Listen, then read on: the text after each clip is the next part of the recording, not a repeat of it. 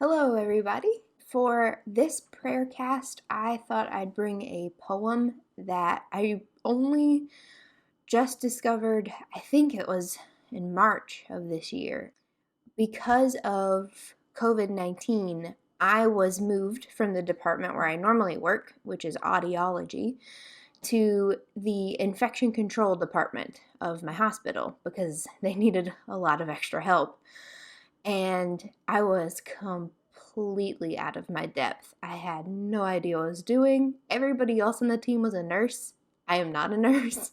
I learned fast and they did a good job training me to do, the extra things that they didn't necessarily have time to accomplish in the day. But it was difficult at first and scary because all of a sudden I went from my safe little clinic to making rounds on the floors where the COVID patients were. So during some of my time in the office when I had downtime or over lunch, I started making a Word document of encouraging sayings and poetry and just something for me to open and read and kind of recenter myself whenever, the day just got too much. And I found one poem in particular that has stayed with me, even though I don't look at that Word document as much as I used to. And it seems especially relevant now. Now, as the general hype about protests and the movement for Black Lives, as that starts to settle down, unfortunately, the noise around it. You may notice fewer and fewer posts on your social media channels.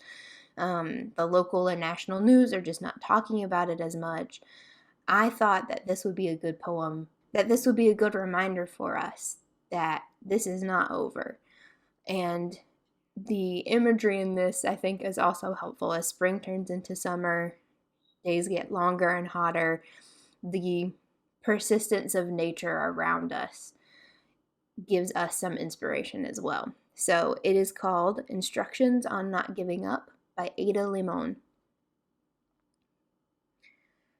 More than the fuchsia funnels breaking out of the crabapple tree, more than the neighbor's almost obscene display of cherry limbs shoving their cotton candy-colored blossoms into the slate sky of spring rains, it's the greening of the trees that really gets to me. When all the shock of white and taffy, the world's baubles and trinkets leave the pavement strewn with the confetti of aftermath, the leaves come.